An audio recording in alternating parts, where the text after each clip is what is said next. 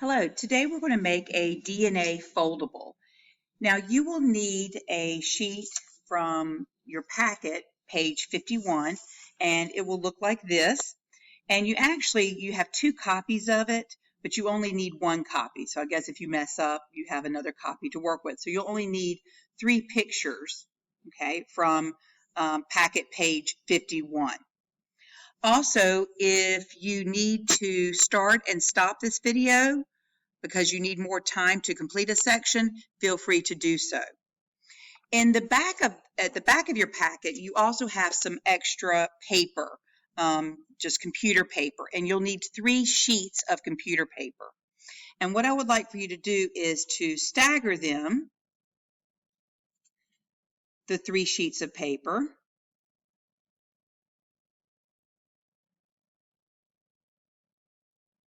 And then you'll fold it over so you can make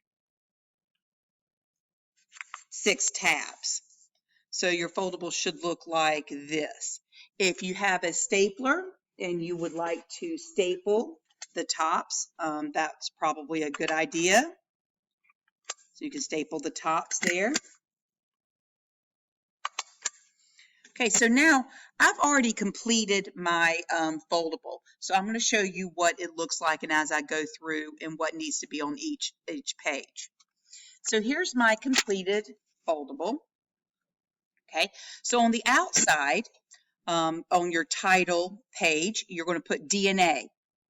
And then write stands for deoxyribonucleic acid. And that's where the D, the N, and the A comes from. Then on the second tab, you need to write made of. On the next tab, location and job. Then structure. Then replication. And a drawing of DNA. So let's open up this first tab. Okay, so on the first tab, which is dealing with made of, okay, what is DNA made out of? You will need the picture that looks like this. This is a nucleotide. DNA and, for that matter, RNA are made up of nucleotides. And there's a sugar in the nucleotide called deoxyribose, a phosphate that, of course, has a phosphorus in it, and a nitrogen base. So this whole thing makes up a nucleotide. And then there's some information that you need to write. DNA is a nucleic acid made of repeating monomers called nucleotides. So we're going to hook these things together to make DNA. Now, there are 4 types of nitrogen bases. The nitrogen bases in DNA can be adenine, which a lot of times we abbreviate with a capital A, thymine, abbreviate with a capital T, guanine, abbreviate with a capital G, and cytosine, we abbreviate with a capital C. On our next tab, location and job. So DNA is a recipe book that controls the production of proteins or the making of proteins. Lots of ways to say the same thing. So again, I want you to think of DNA as a big, large cookbook, a recipe book that has all the recipes for making all of the proteins. DNA, of course, is located in the nucleus, and that's referring to eukaryotic cells. DNA structure. Okay, so there's going to be another picture that you'll need to cut out, and that's this one right here. And then we're going to do some labeling. Okay, this upside down, and it's right side up here, but these are sugars. Okay, so this 1, 2, 3, 4, 5. There's going to be a 5-carbon sugar, and that sugar, of course, is deoxyribose. These boxes in here are the nitrogen bases, and remember, there's 4 nitrogen bases: adenine, thymine, cytosine, and guanine.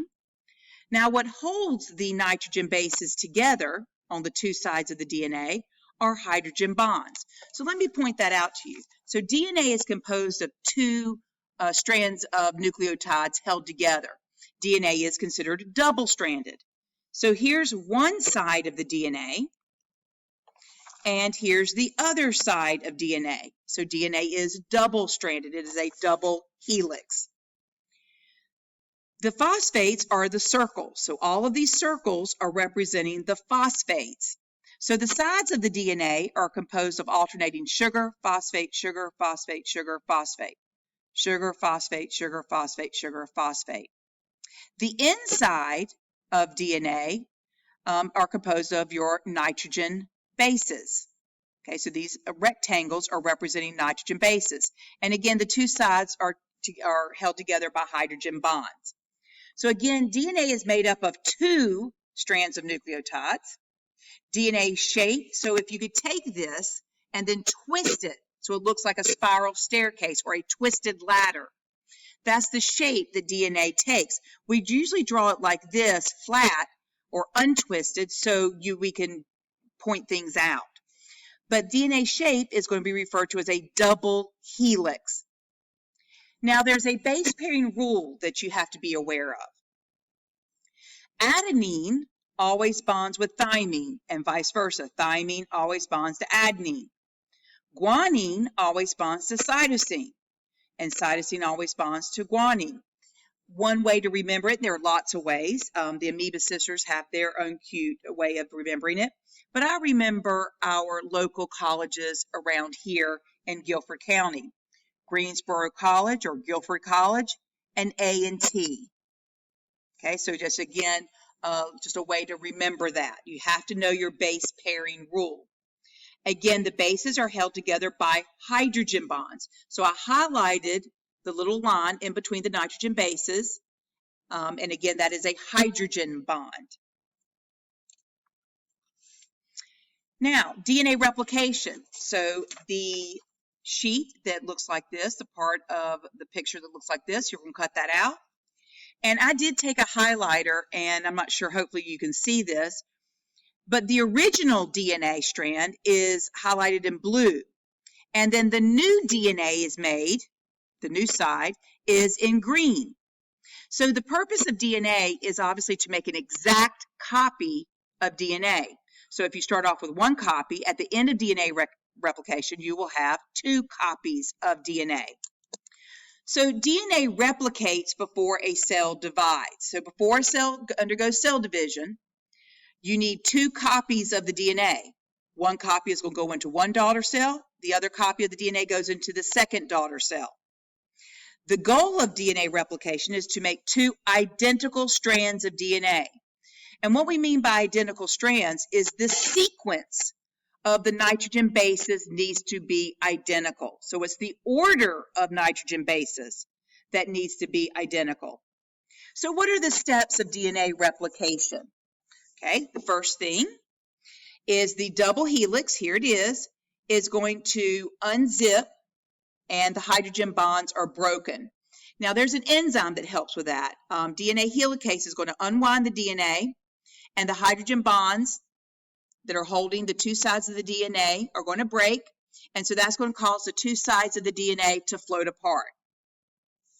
Now out in the nucleus, you've got extra DNA nucleotides, extra adenines, thymines, cytosines, and guanines. So using your base pairing rule, complementary nitrogen bases in the nucleus bond to the unzipped strands. After that happens, the bonds in between the sugar and phosphate form, and again, that's going to be catalyzed by another enzyme. And at the end of the process, you have two new DNA molecules that are produced. And remember, they are identical in sequence. Now, I do need to talk to you about something called semi-conservative replication. DNA replication is considered semi-conservative. What that means is each DNA molecule that's produced after replication, so you have the two DNA molecules that are produced after DNA replication, has one strand from the old or the original molecule. So here that would be the blue strand. The blue strand, that's from the original. And then one from the new strand that was made. That's the green. That's the green. So in each DNA molecule that is produced after DNA replication, it has an old strand and a new strand, an old strand and a new strand. And that is considered semi-conservative replication. Our last page is just a drawing of DNA. Now, I cheated a little bit and I went and got just a copy of DNA. And again, it's twisted up now. And so here's one side of the DNA that would be composed of sugar and phosphates, and these are the rungs of DNA. So for example, if we wanted to do a little bit more detail, for example, if here's one side, if this would be adenine, knowing your base pairing rule, this would be thymine. On this one, if this is guanine, this would be cytosine. If this is cytosine, this would be guanine. If this is thymine, this would be adenine. So again, your nitrogen bases bond, and I guess this line that I'm drawing right here would be your hydrogen bond, bonding the two sides of the DNA together. And of course, this would be where the sugar and then the phosphate and then the sugar and the phosphate and then sugar and the phosphate. That's where those are. So the sides of the DNA are composed of alternating sugar and phosphates. The inside are where the nitrogen bases are. Okay, so I hope this helps in making your DNA foldable. Once you've completed your foldable, this is going to go on page 51 of your notebook. And I just took the last page and I just taped it in, or you can glue it in, and so you can see all of your different flaps. I will warn you, this is going to be a tight fit. I did have to trim the last tab just a tad, just to make sure everything would fit. Okay, so again, put this in your notebook once you have completed it. See y'all soon. Bye.